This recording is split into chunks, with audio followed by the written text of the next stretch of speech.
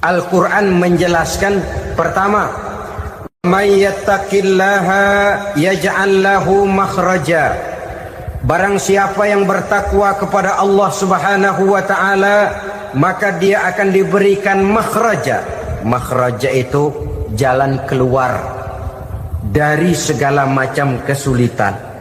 Jalan keluarnya ada saja. Menurut ukuran kemampuan dia tidak mungkin, mustahil, tidak bisa, mana mungkin. Tapi pada waktunya ada saja jalan keluarnya. Termasuk jenis yang yaj'al lahu makhraja. Orang yang bertakwa kepada Allah selalu diberikan jalan keluar dari segala kesulitan yang dihadapinya. Siapa sih orangnya yang tidak pernah sulit dalam hidup? Siapa orang yang tidak pernah mengalami kesulitan? Tapi kadang orang menilai, itu kelihatannya hidupnya enak aja ya, kayaknya gak pernah mengalami kesulitan. Sebenarnya bukan tidak pernah mengalami kesulitan, Allah selalu memberikan jalan keluar dari segala kesulitan yang dihadapinya. Lah kalau Allah yang memberikan jalan keluar, tentu sangat mudah sekali. Orang yang bertakwa diberikan jalan keluar dari segala macam kesulitan. Satu.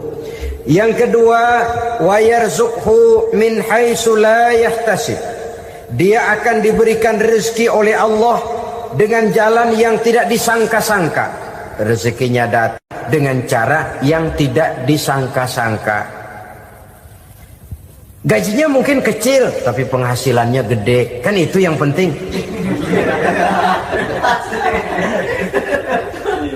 Gaji dan penghasilan kan lain tuh. Boleh jadi gaji kecil, asal penghasilan gede, kan nikmat hidup itu. Nah, penghasilan ini ada yang bisa kita perkirakan. Bisa kita perkirakan. Misalnya gaji itu tadi. Kalau saya kerja, gaji saya begini. Ada rezeki yang masuk min haitsu la yahtasib. Tidak kita sangka-sangka, tidak kita duga-duga, tahu-tahu ada saja rezeki. Datang orang bawa persoalan yang mendatangkan hasil. Sebab rezeki, jodoh, maut memang seperti bayangan. Kita uber-uber dia lari, kita diem dia diem. Kan gemesin itu. Bayang-bayang itu begitu. Kita kejar, dia lari. Rezeki juga begitu. Kita diam, dia diam. Setengah mati yang namanya rezeki kita cari, kita uber, ngobek sampai ratusan bohong kita kerjain. Tapi memang belum waktunya, ya sulit untuk tembus. Tapi kadang-kadang giliran kita nongkrong di rumah, datang orang bawain rezeki. Itulah yang namanya rezeki. Tapi ini untuk orang yang bertakwa. Kalau tidak punya kredibilitas takwa, jangan lalu pakai ayat ini. Diberikan Allah dengan rezeki dengan jalan yang tidak disangka. Kan ada ayatnya dah. Kita mah manteng aja di rumah dah. Ntar juga tuh rezeki datang. Ini fasilitas yang diberikan kepada orang yang wa may yattaqillah, bertakwa kepada Allah, yarzuqhu min haitsu la yahtasib, diberikan rezeki dengan cara yang tidak disangka-sangkanya. Maka kadar ketakwaan jangan membuat kita buruk sangka. Tuh orang ya nggak kemana-mana, duitnya ada aja. Kalau dia takwa, Allah berikan jalan keluar. Yang lantas ngelihat kiai orangnya ahli ibadah, ilmunya tinggi, akhlaknya luar biasa, takwanya tinggi, rezekinya lancar, lalu husnuzon nih kiai nggak kemana-mana, duitnya banyak, miara tuyul kali ini. Itu termasuk jaminan Allah yang masuk kategori min haitsu la yahtasib. Yang ketiga, yaj'al lahu min amrihi yusra, dimudahkan segala urusannya. Dimudahkan segala urusannya. Kemudian yang keempat, yukaffir anhu sayyiatihi wa yu'azzim lahu ajra, diampuni segala kesalahannya dan dibesarkan pahala kebaikan yang dikerjakannya. Al-Quranul Karim memberikan tuntunan dan ajaran kepada kita bahwa orang-orang yang memperoleh kemenangan itu tidak lain adalah orang-orang yang bertakwa. Hanyalah mereka yang bertakwa kepada Allah Subhanahu wa ta'ala pada akhirnya akan tampil sebagai pemenang. Lalu siapa orang yang bertakwa itu? Dijelaskan dalam awal-awal Al-Baqarah, orang yang bertakwa yang akan meraih kemenangan. Pertama, allazina yu'minuna bil ghaib, yaitu orang-orang yang beriman kepada yang gaib, percaya bahwa ada alam yang gaib, alam yang abstrak, alam yang tidak bisa dijangkau oleh salah satu daripada panca indera kita. Mereka percaya dan beriman kepada adanya malaikat, beriman kepada adanya iblis dan jin, beriman kepada adanya alam kubur, beriman kepada adanya alam mahsyar, beriman kepada adanya alam akhirat, beriman kepada adanya surga dan neraka. Beriman bukan cuma sekedar beriman dalam ucapan bibir saja, tetapi beriman yang nilai iman itu mampu mewarnai gerak dan gaya hidupnya. Iman yang meresap sampai ke tulang sumsum, kemudian memberikan dampak positif di dalam kehidupan manusia. Alam, kita tahu, adalah sesuatu yang selain Allah, dan Allah bukanlah alam. Apapun namanya selain daripada Allah, itu adalah alam. Alam pada hakikatnya terbagi menjadi dua. Ada alam syahadah, alam nyata, alam konkret, alam yang bisa dijangkau oleh salah satu indera kita. Kemudian ada alam ghaib, alam yang tidak bisa dijangkau oleh panca indera kita, alam metafisika, alam abstrak, alam yang wajib kita imani keberadaannya. Kita percaya bahwa malaikat itu ada, kita percaya kepada jin, bahwa jin itu ada, kita percaya kepada adanya iblis dan setan. Bukan percaya kepada iblis dan setannya, percaya bahwa iblis dan setan itu ada. Itu termasuk salah satu daripada sifat orang yang bertakwa kepada Allah. Saudara-saudara kaum muslimin rahimakumullah, kecenderungan pembangunan yang lebih bersifat materialistis biasanya menggeser aspek kehidupan rohani. Orang berpikir empiri, dan dalam pola pikir yang demikian, maka alam gaib tidak lagi mendapat perhatian. Aspek kehidupan yang bersifat rohaniah malah mulai ditinggalkan. Akibatnya terjadilah kepincangan di dalam kehidupan kita. Pernah ada satu pengalaman pribadi. Dalam perjalanan kembali ke tanah air, dalam pesawat di sebelah kanan saya duduklah seorang Jerman, namanya Heiner Simonsen. Iseng saya ajak kenalan, saya ajak ngobrol, saya tanya dia. Saya bilang, Mas Heiner ini,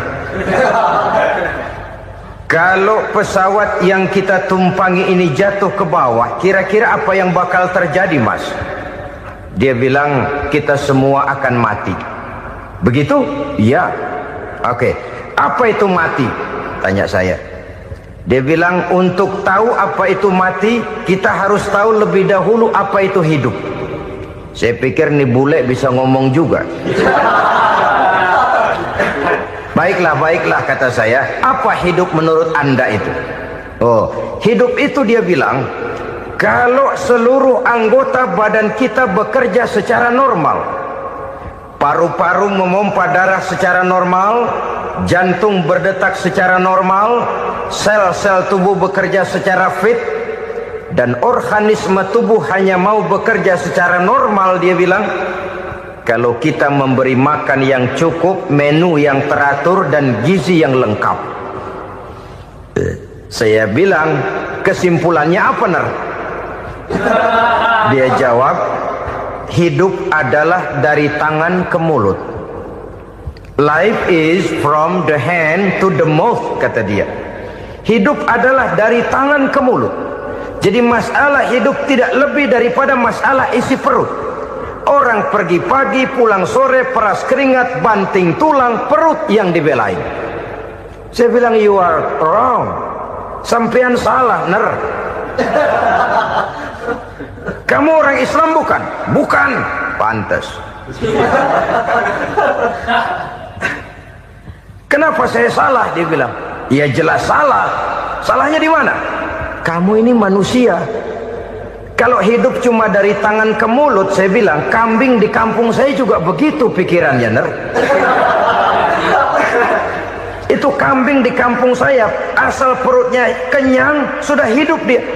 Perkara besok bagaimana, lusa prospeknya macam mana, bulan depan ada apa, kambing nggak pernah mikir. Di kampung saya kambing juga pikirannya begitu. Kamu Kristen ya? Tadinya. Loh kok tadinya, lalu apa sekarang kamu ini? Dia bilang sekarang saya netral. Saya tidak beragama, tapi saya percaya kepada Tuhan sebagai pencipta alam. Saya ingat benar dia bilang, I haven't any religious, but I believe to God as the creator of the world. Kenapa bisa netral begitu, Ner? Habis saya bingung katanya. Islam bilang Islam baik, Kristen bilang Kristen baik, Hindu Buddha bilang Hindu Buddha baik, semua agama baik. Saya netral sekalian, nggak beragama. Yang penting saya percaya kepada Tuhan. Saya bilang, Ner, kamu ini kayak orang mau beli celana, lalu bingung. Yang satu bilang Levi's bagus, yang satu bilang Blue Jean hebat, yang satu bilang Wool England hebat. Celana ini hebat, celana itu bagus, celana ini hebat. Semua celana bagus, kamu bingung. Akhirnya netral, tidak pakai celana. Itu juga salah. Saya pikir-pikir, kemudian saya melihat bahwa dua pola berpikir Henner ini nampaknya sudah mulai menggejala di lingkungan masyarakat bangsa kita. Disadari atau tidak, secara jujur kita harus berkata, dua pola pemikiran Henner ini mulai berkembang di tengah masyarakat bangsa kita. Pertama, pola pikir materialisme. Hidup adalah dari tangan ke mulut. Masalah hidup tidak lebih masalah isi perut. Itu yang perlu dibela, dan disitulah arti kehidupan. Pergi pagi, pulang sore, peras keringat, banting tulang untuk mempertahankan perut. Kalau sudah kemari cara orang berpikir, maka buat apa percaya kepada yang gaib? Untuk apa sholat? Untuk apa puasa? Untuk apa zakat? Untuk apa menghadiri majelis taklim? Tanpa kepercayaan kepada yang gaib, hidup berjalan menurut alur empiris dan materialis. Kalau sudah ke sana cara orang berpikir, biasanya orang lalu cenderung menghalalkan segala cara. Hanyalah orang yang percaya bahwa akhirat ada. Hanyalah orang yang percaya bahwa alam kubur itu ada. Hanyalah orang yang percaya bahwa malaikat itu ada, hidupnya akan lebih terarah dan terkendali. Karena kepercayaan kepada yang gaib, yang merupakan fase daripada kehidupan setelah hidup yang sekarang ini, mewarnai gerak pribadi seseorang di dalam dia melakukan kegiatan hidupnya. Pola berpikir materialisme, disadari atau tidak, mulai menggejala di lingkungan masyarakat bangsa kita. Hidup tidak lebih dari urusan tangan ke mulut, mulut ke tangan, tangan ke mulut. Asal perut sudah kenyang, hiduplah sudah. Perkara bagaimana prospek hari yang akan datang, bagaimana akhirat, tidak jadi persoalan. Ini yang oleh Nabi diperingatkan, ad-dunya sijnul mu'min wa jannatul kafir. Dunia adalah penjara bagi orang beriman dan surga bagi orang kafir. Dulu di zaman Belanda hadis ini pernah disalah tafsirkan, disalah artikan, digunakan sebagai senjata untuk mengkebiri dan membuat impoten umat Islam. Sudahlah umat Islam gak usah macam-macam, kata Belanda. Dunia ini kan penjara buat orang Islam, surga buat orang kafir. Di penjara jangan bertingkah.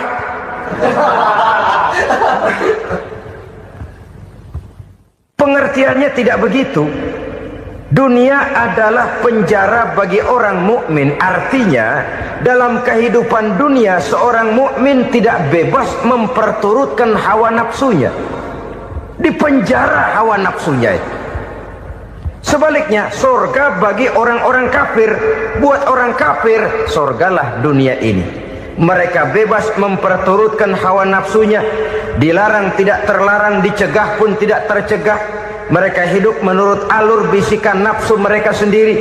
Kemudian bila ajal datang, maut merenggut nyawa, selesailah surganya sampai di situ.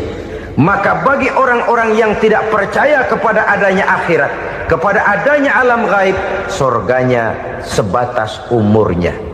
Sekali lagi, surganya sebatas umurnya. Bila umur selesai, ajal pun datang merenggut nyawa, selesailah sudah surganya sampai di situ. Alangkah pendeknya perjalanan orang-orang yang tidak percaya kepada alam gaib ini. Bagi kita mukmin, jikalau kita mampu memenjarakan hawa nafsu, kita bisa bahagia di dunia ini. Dan Islam memang tidak menyuruh kita sengsara di dunia. Raih dunia, kejar dunia, gapai dunia sebagai alat untuk mencapai kebahagiaan di akhirat nanti. Hidup adalah satu perjalanan panjang yang terbentang sejak kita terlahir dari alam rahim sampai kepada alam akhirat nanti. Andai kata kita gagal meraih kebahagiaan di dunia, toh kita masih punya akhirat. Tapi jangan jadi dalil yang melemahkan semangat. Biarin dah kita di dunia kebelangsak, yang penting akhirat.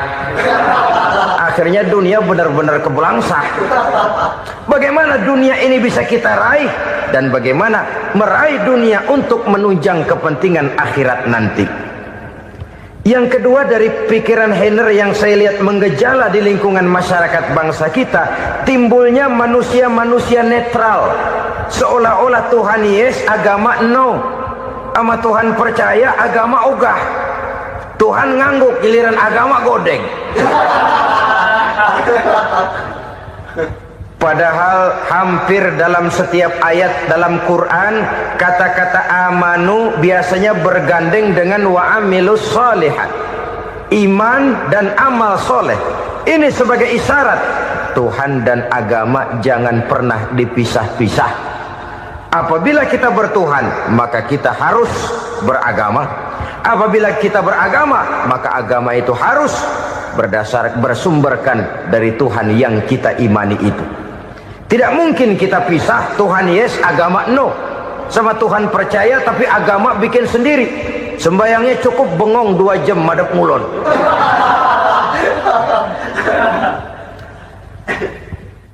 Saudara-saudara kaum muslimin rahimakumullah. Jadi dengan demikian, agama yang kita akui merupakan unsur mutlak di dalam pembangunan sekarang ini, merupakan bagian dari kehidupan yang menuntun kita bahwa di balik alam nyata ini, di balik alam syahada ini ada alam gaib. Dan mudabbir, murabbi, yang mengatur, yang menguasai, yang memelihara baik dia alam nyata, baik dia alam gaib, tidak lain adalah Allah Subhanahu wa ta'ala. Di sana ada satu super power, satu maha kekuatan yang kita perlu bersandar kepadanya. Sebagai makhluk nyata yang hidup di alam nyata, berbuatlah secara nyata sebagaimana harusnya kita berbuat. Karena Islam jelas bukan agamanya orang pemalas. Islam jelas bukan agamanya orang yang mengajarkan setelah selesai sholat boleh duduk, nggelenggem ayam-ayam, ndelohom, menghitung bintang di langit sambil menunggu keajaiban. Tidak. Islam adalah agama yang mengajarkan apabila sholat sudah selesai kamu kerjakan, bertebaranlah di permukaan bumi, cari karunia Tuhanmu. Jangan hidup berpangku tangan menunggu keajaiban. Karena hidup bukan undian. Jangan berharap untung besar tanpa mau peras keringat. Tapi di sebalik itu toh kita juga harus yakin bahwa di sisi usaha nyata yang kita lakukan ada satu super power, satu maha kekuatan gaib yang menentukan berhasil dan tidaknya usaha kita. Kepercayaan kepada hal semacam inilah yang mendorong kita untuk mempunyai sandaran vertikal, agar jikalau usaha ini berhasil, kita tidak lupa diri dan lupa daratan. Jikalau usaha ini gagal, kita tidak putus asa dan buruk sangka, tidak cupik pandangan dan sempit hati, tapi mampu melihat persoalan dengan kacamata putih sambil husnuzon kepada Allah Subhanahu wa ta'ala. Kita percaya malaikat itu ada yang namanya Raqib dan Atid, mengawasi gerak hidup kita sampai kepada gerak hati kita. Ini memberikan sugesti agar kita berhati-hati, tidak sejengkal tanah pun kita bisa berlindung dari pengawasan rakib dan atid. Ada munkar nakir yang akan menyoal kita di alam kubur. Ada malaikat Malik, penjaga neraka. Ada malaikat Ridwan yang menjaga surga. Kita percaya kepada adanya jin, kita percaya kepada adanya setan, iblis. Percaya kepada adanya, bukan mempercayai si setan, si iblis lalu menjadikannya sebagai teman. Tidak. Percaya bahwa mereka itu ada dan merupakan makhluk Allah yang gaib yang diciptakan Allah Azza wa Jalla. Kepercayaan kepada alam gaib memberikan motivasi terhadap gerak lahir manusia, sehingga dengan motivasi kepercayaan kepada yang gaib, gerak lahir jadi lebih terarah, jadi lebih terpelihara. Pernah seseorang bertanya, "Pak, apakah adanya akhirat bisa dibuktikan secara ilmiah?" Saya bilang tidak bisa, tidak bisa. Kenapa? Karena yang berangkat nggak pernah pulang kembali lagi. Kalau dia pulang kemari bisa kita tanya bagaimana enak di sono. Cuma secara moral saya katakan, lebih beruntung orang yang percaya kepada akhirat daripada yang tidak. Sekarang saudara percaya akhirat ada, lalu saudara baik-baik di dunia, sholat, puasa, zakat, menolong orang lain, menebarkan kebajikan. Saudara mati, andai kata akhirat tidak ada, toh dalam hidup saudara sudah berbuat baik, paling tidak nama saudara akan dikenang sebagai orang baik. Sebaliknya, saudara percaya, kata saya, bahwa akhirat tidak ada, lalu hidup semau-maunya, tenggelam dalam maksiat dan munkarat, menentang Allah, tidak mau ruku dan sujud, lalu saudara mati, kemudian akhirat ada, ayo mau apa? Bekal tidak punya. Jadi secara moral lebih beruntung orang yang percaya kepada adanya akhirat daripada yang tidak percaya. Dan itu alam gaib yang tidak bisa dibuktikan secara eksak. Jangankan untuk membuktikan seperti itu, dalam kehidupan sehari-hari saja yang kita rasakan tidak selalu berbentuk toh. Angin, bagaimana sih bentuknya angin? Kita tidak tahu. Merah, buktinya kalau dikerok merah. Yang merah itu kulit, yang kulit kita bukan anginnya. Sakit, rasa sakit itu ada, tapi bagaimana bentuk sakit kita nggak pernah tahu. Kalau kita makan cabai pedas, bagaimana bentuk pedas itu tidak ada, tapi rasa ada. Bentuk pedas hijau, cabenya bukan pedasnya. Tidak semua yang kita rasakan bisa kita gambarkan dalam bentuk yang konkret. Oleh karena itu, sekali lagi bahwa kepercayaan kepada alam yang gaib mampu memberikan satu sugesti yang menata kehidupan seseorang lebih lurus, lebih terarah, dan lebih terkendali. Maka wajar kalau kepercayaan kepada yang gaib mengantarkan seseorang untuk meraih kemenangan. Kenapa? Dia percaya kepada yang gaib, bahwa akhirat ada, bahwa alam kubur ada, bahwa pertanggungan jawab itu ada. Maka dia lalu tidak hidup saenae udele dewe, gitu loh. Tidak hidup menurut seleranya sendiri, terarah, teratur. Ini cirinya yang pertama, orang bertakwa yang akan meraih kemenangan, mereka beriman, mereka percaya kepada yang gaib. Bahkan hal-hal konkret saja selalu berangkat dari yang gaib. Saudara-saudara, para remaja, para pemuda sekarang ini tidak pernah tahu toh siapa yang akan jadi teman hidup saudara. Kita bisa saja ngerancang, mentargetkan, tapi toh akhirnya yang namanya jodoh bukan kekuasaan kita. Rezeki di luar kemampuan kita. Begitu juga ajal. Maut, jodoh, ajal adalah contoh-contoh konkret bahwa pada akhirnya yang gaiblah yang menentukan. Bertahun-tahun ngelancong, emang jodoh seret nggak jadi.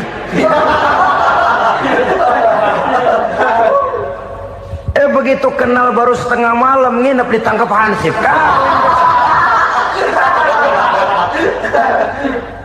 Hal-hal semacam itu kadang-kadang kita berpikir suuzon, gilet, perempuannya cakep banget, lakinya rebek amat. Memang begitulah jodohnya. Memang begitulah jodohnya. Saudara hadirin ma'asyiral muslimin yang saya hormati, jadi hal-hal yang konkret saja kita yakini sepenuhnya ditentukan oleh satu superpower yang gaib itu tadi. Dari sanalah segala ketentuan itu berangkat dan kesanalah segalanya akan kembali. Maka kepercayaan kepada yang gaib meluruskan gerak hidup seseorang dan itu akan mengantarkan dia kepada meraih kemenangan. Satu. Yang kedua, wa yuqimuna shalah. Orang bertakwa yang akan meraih kemenangan itu adalah orang-orang yang mendirikan sholat. Kenapa sholat mengantarkan orang untuk meraih kemenangan? Yang jelas, inna sholata tanha anil fahsya'i wal munkar. Sholat mampu mencegah manusia dari perbuatan keji dan munkar. Banyak filsafat hidup yang terkandung di dalam sholat ini. Sejak kita wudhu sampai kita menghadap ke arah kiblat, sampai kita melakukan gerak-gerak sholat, bacaan-bacaan yang ada di dalam sholat, lalu sampai kepada mengucapkan salam. Banyak filsafat hidup yang terkandung di dalam sholat. Umpamanya saja, setelah takbiratul ihram mulai kita dengan sholat dalam posisi berdiri, diajarkan dalam kitab-kitab fikih agar kita melihat ke arah tempat sujud. Ini kan filsafat kehidupan. Kalau kamu sholat dalam posisi berdiri, lihat tempat sujud. Jangan sholat mata jelalatan, sebab nanti bisa mengurangi kekhusyuan. Jadi wajar kalau yang dikatakan bahwa yang paling afdol adalah shaf yang di depan. Kenapa? Secara harfiah pengertiannya akan lebih mengundang kekhusyuan. Kenapa? Kalau kita di shaf paling depan di masjid umpamanya paling banter kita lihat tembok. Tapi kalau kita shaf di tengah atau di belakang, orang-orang di depan kita pun akan kelihatan. Yang bajunya loreng, yang bajunya genggang, yang bajunya macam-macam. Kita lihat, kadang-kadang kita pikirin, ada yang bajunya bolong. Kita sholat tapi dalam hati, nih orang bajunya robek yang nggak tahu apa. Ada saja hal-hal yang mengusik kekhusyuan kita. Oleh sebab itu diajarkan dalam posisi berdiri, lihat, arahkan pandangan matamu kepada tempat sujud. Ini kan filsafat kehidupan. Maksudnya apa? Kalau lagi diri lihat dong tempat sujud. Kalau udah di atas ingat dong sama yang bawah. Kalau sudah tinggi ingat dong dari mana kamu berangkat. Kalau sudah berkuasa bantu dong yang lemah. Kalau sudah kaya santuni dong yang miskin. Kalau sudah alim bimbing dong yang awam. Ini filsafat kehidupan. Dalam posisi berdiri kau lihat tempat sujud. Ini akan melahirkan kepekaan sosial di mana seseorang mau tahu kepada orang lainnya. Bagaimanapun kaya kita, tinggi pangkat dan jabatan kita, jikalau hidup hanya untuk kepentingan perut sendiri saja, rasanya belum membawa manfaat di dalam kehidupan kita. Tapi efek yang tertinggi sesungguhnya, sholat mencegah manusia dari perbuatan keji dan munkar. Perbuatan keji dan munkar walaupun kelihatannya mendatangkan uang, membawa keuntungan, tapi itu keuntungan semu, keuntungan sementara. Dengan menipu orang lain kita bisa dapat untung, tapi tidak membawa berkah. Dan itu adalah kerugian besar dalam kehidupan kita. Maka untuk meraih kemenangan harus dimulai dengan membentuk kepribadian yang tegar, memiliki sandaran vertikal yang langsung kepada Allah Subhanahu wa ta'ala. Dan itu hanya bisa kita tempuh melalui jalur ibadah formal yang sudah ditentukan Allah, yakni sholat yang 5 waktu. Untuk memperkuat itu ada sholat-sholat sunnah, rawatib, nawafil sebagai terminal-terminal kontrol cadangan untuk memelihara stabilitas temperatur batin di dalam kita berhubungan dengan zat yang maha gaib, yaitu Allah Subhanahu wa ta'ala. Orang sering bertanya, Pak, itu tetangga saya nggak sholat, duitnya nggak habis-habis Pak. Nggak sholat tapi mobilnya tambah terus. Nggak sholat tapi usahanya makin maju. Tapi di sisi lain ada orang yang rajin sholat, rezekinya butak bener.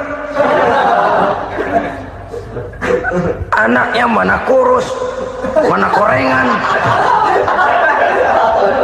Saudara hadirin, ma'asyiral muslimin rahimakumullah. Harus saya katakan bahwa sholat memang bukan untuk cari duit. Sholat adalah sandaran vertikal kita kepada Allah. Sedangkan soal rezeki itu berkaitan dengan sifat Allah Maha Pengasih dan Maha Penyayang. Allah Maha Pengasih, siapapun dikasih kalau mau usaha. Allah Maha Penyayang, tidak semua orang disayang oleh Allah Azza wa Jalla. Dan belum tentu banyak harta itu merupakan nikmat. Mungkin juga istidraj. Artinya istidraj itu dikasih tapi diambulin, kalau bahasa Betawinya itu. Dikasih tapi diambulin, itu bukan merupakan nikmat sesungguhnya, lebih merupakan azab dari Allah Subhanahu wa ta'ala.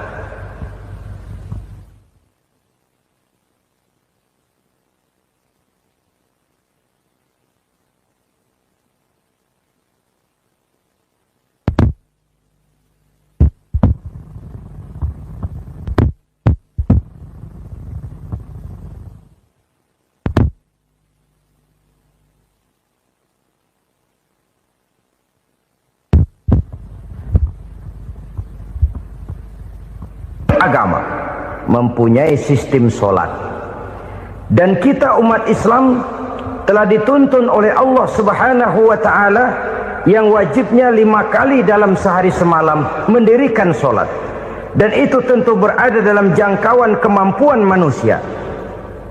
Pada awalnya barangkali kita memang merasa sholat itu satu kewajiban, tapi semakin kita hayati makna, manfaat dan filsafat yang terkandung di dalam ajaran sholat, semakin sampai kita kepada keyakinan bahwa sholat adalah keperluan kita. Sehingga pada waktu tertentu dinilai puncaknya, kita tidak lagi akan berkata saya wajib sholat, tapi kita akan berkata saya perlu sholat. Kalau kita sudah merasakan itu adalah keperluan kita, nah di sanalah kita baru akan merasakan ruginya kalau hal itu tidak kita laksanakan. Sepanjang kita masih berkata saya wajib sholat, kita akan lebih merasakan dia sebagai beban ketimbang sebagai keperluan. Yang jelas Allah tidak memerlukan ibadah yang kita laksanakan ini. Dengan kata lain, andai kata satu dunia penuh ini orang tidak ada yang sholat satu pun, Allah tidak akan turun dari jabatan Tuhan. Jangan lalu berpikir kalau kita ngambek se-RW kagak sembahyang Tuhan tekor kali ini ya. Tentu tidak. Itu perlunya kita, bukan perlunya Allah. Dan pada induknya kita akan berkata saya perlu agama. Kalau secara induk kita sudah memerlukan agama, maka konsep-konsep yang ada di dalam ajaran agama itu pun adalah juga merupakan keperluan kita. Baik dia bernama sholat, baik dia bernama puasa, baik dia bernama zakat, baik dia bernama haji, seluruhnya adalah keperluan kita. Dan sesuatu yang kita perlukan apabila tidak kita laksanakan akan melahirkan kerugian di dalam kehidupan. Jangan heran kalau kita membaca riwayat perjalanan hidup para salafus soleh, orang-orang soleh.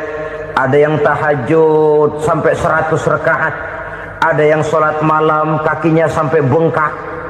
Kita sekalinya bengkak biri-biri. Ada yang sholat membaca surah dalam Al-Quran sampai khotam Quran. Kok mau? Mereka sudah merasakan itu keperluan. Itu saja soalnya. Suatu saat pun jikalau kita merasa bahwa itu keperluan saya, kita pun akan melaksanakan seperti itu. Keperluan saya dalam kehidupan. Inilah yang kedua. Yang ketiga, orang bertakwa yang akan meraih kemenangan itu wa mimma razaqnahum yunfikun. Mereka membelanjakan sebagian daripada rezeki yang diberikan Allah kepada mereka. Mereka infakkan di jalan Allah. Ada satu dialog menarik. Satu hari seorang anak muda bertemu dengan seorang kakek-kakek yang sudah dikenalnya baik. Bertanyalah anak muda ini, "Kek, umur kakek berapa tahun?" 15 tahun, kata si kakek. "Anak kakek berapa orang?" 1. "Harta kakek berapa banyak?" 15 juta. Si anak muda ini bengong, lalu protes, "Kok kakek bohongin saya?" "Kenapa?"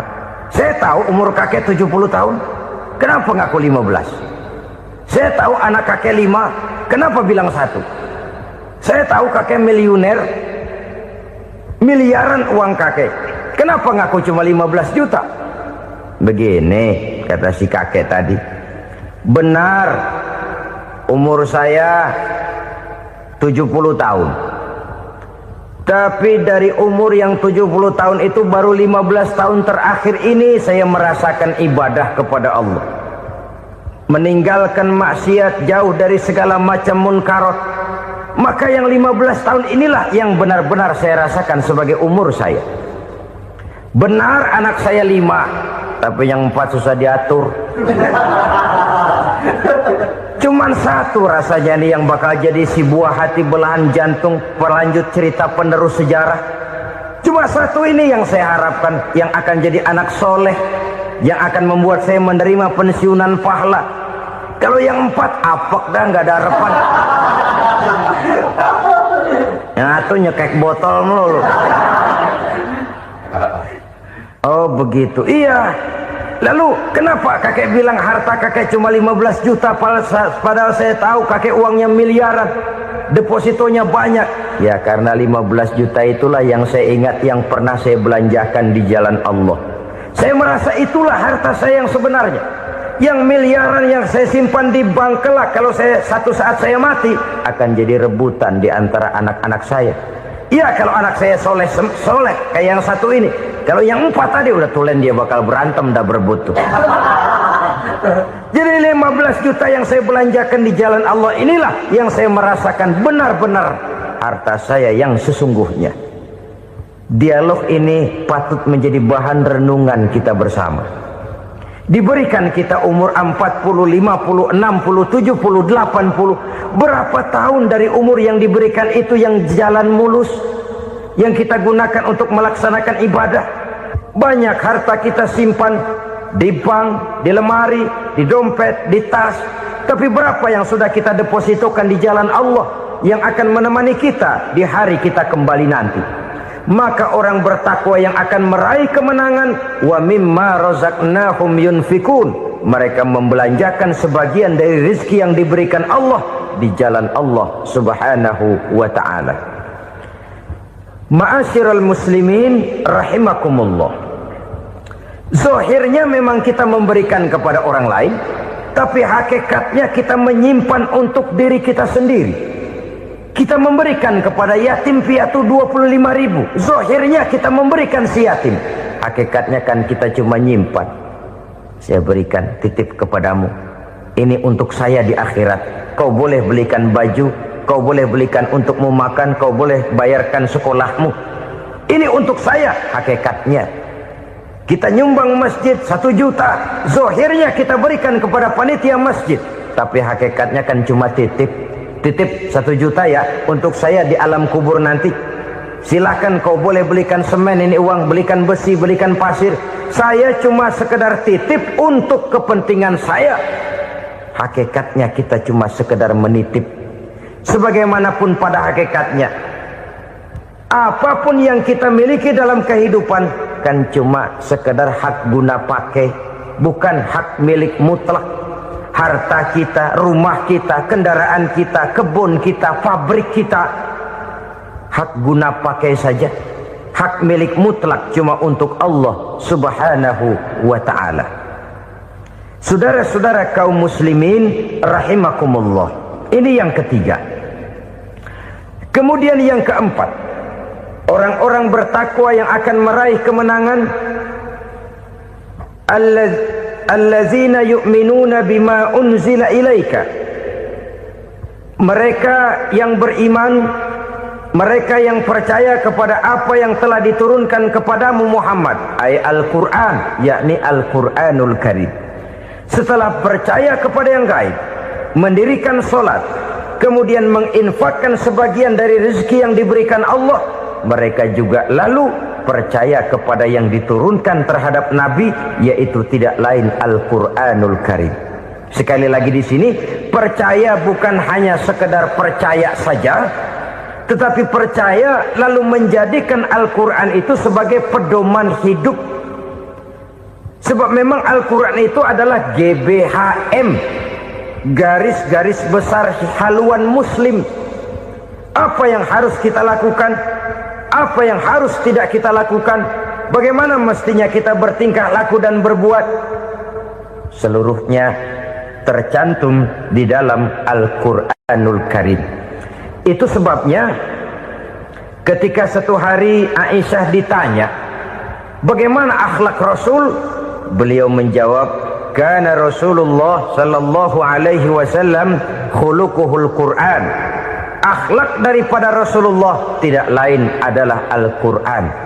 Jawaban simpel ini memberikan gambaran bahwa keseluruhan daripada konsepsi Quran sudah diterjemahkan dalam kehidupan Rasulullah sallallahu alaihi wasallam.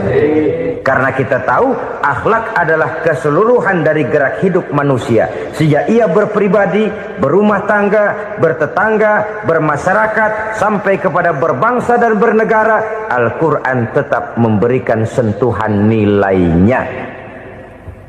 Oleh karenanya, orang-orang yang bertakwa adalah orang-orang yang menjadikan Al-Quran sebagai pedoman dalam kehidupannya. Dan kita yakini Al-Quran diturunkan kepada Nabi Muhammad bukan merupakan produk Nabi Muhammad. Isi dan redaksinya langsung dari Allah Subhanahu wa ta'ala. Kemudian cirinya yang kelima, orang bertakwa yang akan meraih kemenangan itu, wa ma unzila min qablika. Tidak hanya sekedar percaya kepada yang diturunkan terhadap Nabi Muhammad, yaitu Al-Quran, mereka juga percaya kepada apa yang pernah diturunkan kepada para nabi, kepada para rasul sebelum Nabi Muhammad. Percaya kepada adanya suhuf, percaya kepada adanya Taurat, percaya kepada adanya Injil, percaya bahwa Allah dahulunya sudah menurunkan Taurat kepada Musa, percaya bahwa Allah sudah menurunkan Injil kepada Isa, percaya Injil ada, Taurat ada, diturunkan Allah untuk Isa dan Musa, tetapi tidak wajib mengamalkannya karena kita sudah diberikan Al-Quranul Karim. Ini yang perlu saya garis bawahi. Kita percaya Allah telah menurunkan Injil dahulu kepada Isa.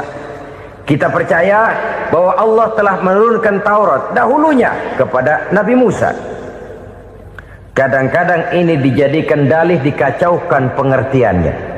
Quran saja mengajarkan bahwa orang yang bertakwa harus percaya kepada Injil, maka pakailah Injil. Apalagi kalau ayat sebelumnya ditilap, dihapus, dihilangkan, Injilnya yang ditekankan, maka akan terjadilah penekanan yang salah arah. Karena salah arah akhirnya bisa merusak dan menghancurkan akidah. Ketika Rasul suatu saat pernah ditanya orang, ya Rasul, bagaimana sikap kita sebagai muslim terhadap Injil yang ada sekarang? Beliau menjawab, la tukadzibuhu jami'an wa la tusaddiquhu jami'an. Jangan didustakan seluruhnya, jangan juga dibenarkan semuanya. Artinya, ini sudah merupakan gambaran dari Rasul bahwa dalam Injil yang ada sekarang masih ada ajaran-ajaran tauhid yang dibawa oleh Nabi Isa dan diajarkan kepada umatnya. Tapi juga dalam Injil yang sekarang ini sudah terkena intervensi dan investasi manusiawi. Karena itu Rasul menyimpulkan, la tukadzibuhu jami'an wa la tusaddiquhu jami'an.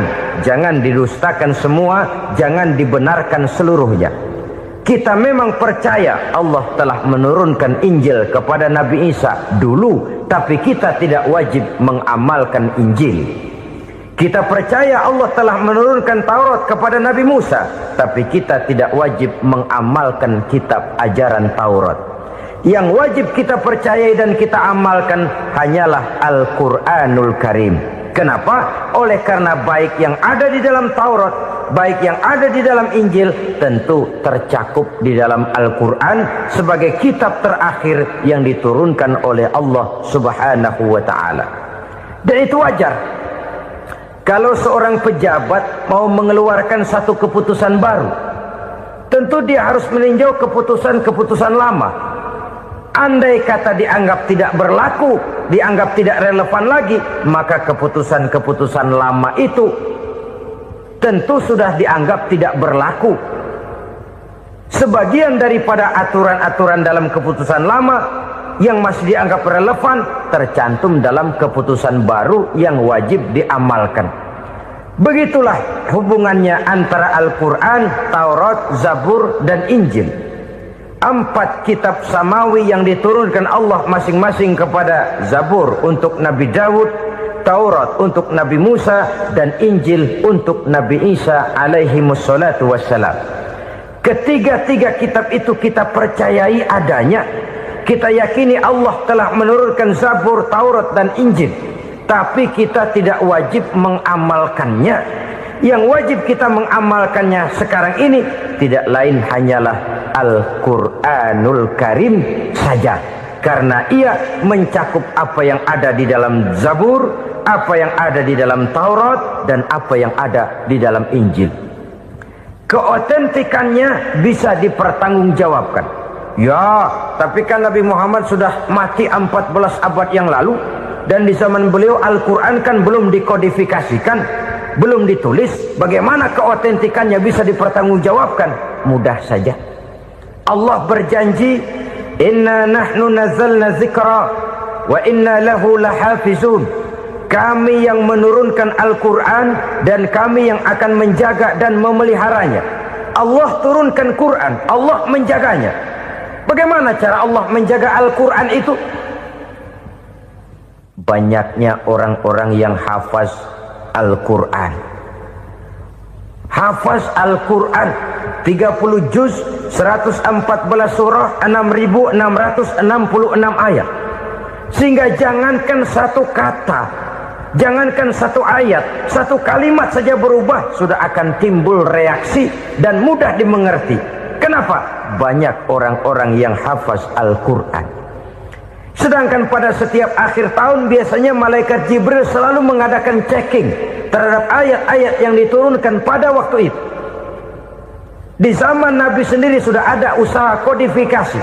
Dan yang lebih luar biasa lagi, sampai hari ini tidak seorang pun mampu membuat satu ayat saja semacam Al-Quran.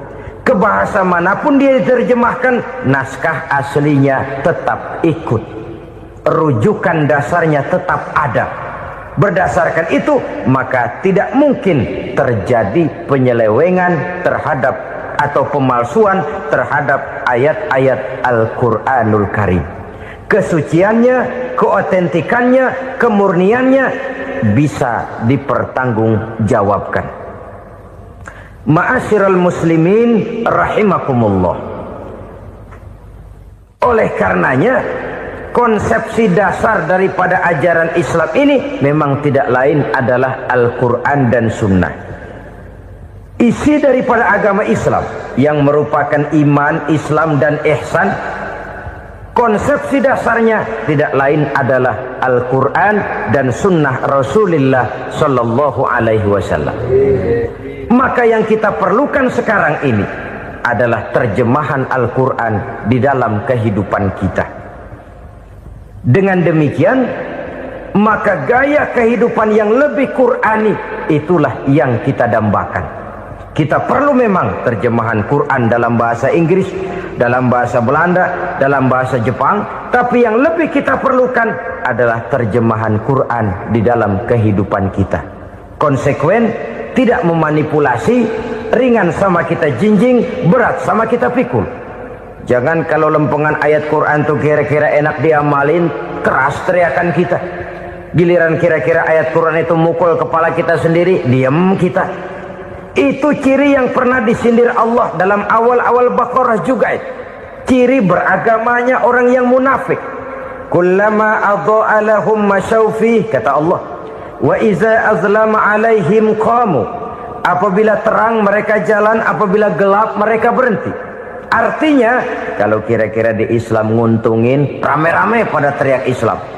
Tapi ketika diminta untuk berjuang, ketika dituntut untuk berkorban, rame-rame mengundurkan diri. Nasib agama tidak ubahnya seperti daun pisang yang dikait orang di tepi jalan lantaran tak berpayung di ketika hari hujan. Manakala hujan usailah sudah, daun itu pun dicampakkan di tepi jalan, diinjak pula orang nan lalu. Artinya orang menjadikan agama cuma sebagai lipstick, decoration only, tidak konsekuen. Hanya pada saat-saat kelihatannya Islam membawa keuntungan, rame-rame orang teriak-teriak tentang Islam. Tapi jikalau diminta berjuang, jikalau dituntut untuk berkorban, biasanya rame-rame juga mengundurkan diri. Jangan heran kalau mayoritas hitungan kita, tapi minoritas peranan kita. Kuantitas kita dalam jumlah, tapi dalam kualitas kita lebih sering jadi penonton daripada jadi pemain. Padahal itu sangat tidak boleh terjadi. Umat Islam di Indonesia harus bangkit. Umat Islam di Indonesia harus sadar akan keberadaannya. Tidak boleh hanya jadi penonton berpangku tangan. Karena memang agama kita juga mengajarkan untuk konsekuen di dalam menjabarkan ajaran-ajaran daripada agama kita. Kita sering jatuh menjadi umat yang lemah. Oleh karena kita ini tidak pandai menggalang kebersamaan yang diakibatkan tidak konsekuennya kita.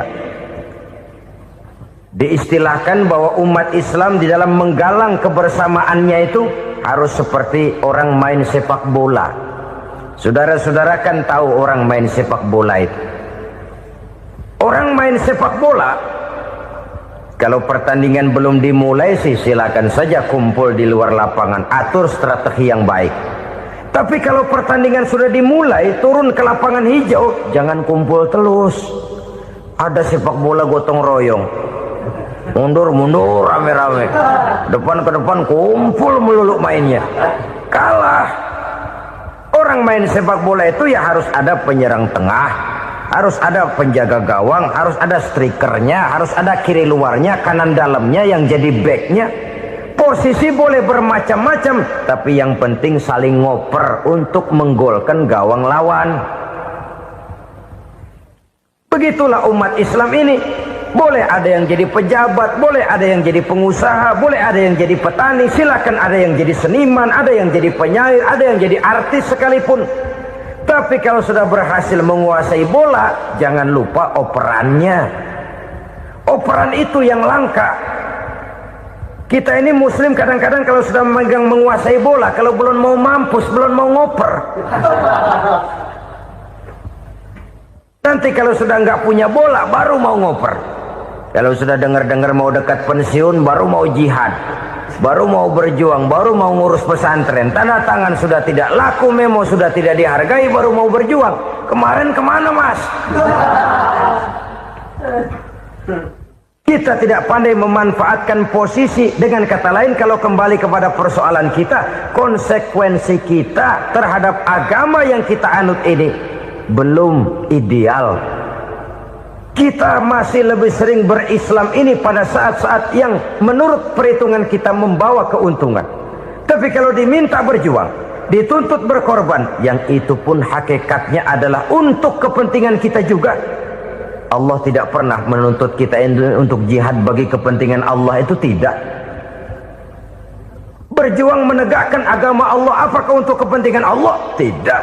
Untuk kepentingan kita. Sebab nilai-nilai jihad itu pada akhirnya akan membawa kita kepada suatu kebahagiaan. Setidaknya kalau tidak di dunia, tentu di akhirat sebagai syahid. Oleh karena itu, pada bagian akhir ini saya ingin mengajak, marilah kita konsekuen. Sekali kita berkitabkan Al-Quranul Karim, mari dia kita jadikan pedoman. Jangan cuma kita jadikan sebagai penghias dinding, pelengkap rumah, bahwa di rumah kita ada Al-Quran, tapi yang baca kecoa. Habis pada bolong tuh Quran. Yang penting kan punya Quran. Ditaruh di pintu rumah, biar apa? Biar kuntilanak kagak masuk katanya. Ya, apa itu nasib Quran? Cuma kerjanya jaga pintu, ngusir kuntilanak, ngusir memedi. Bagaimana kita hidup menurut tuntunan Al-Quran? Kadang-kadang tidak pernah menjadi masalah bagi kita. Maka bagaimanakah Al-Quran akan mungkin membawa keberkahan dalam hidup kalau ajarannya kita injak-injak dalam keseharian kita?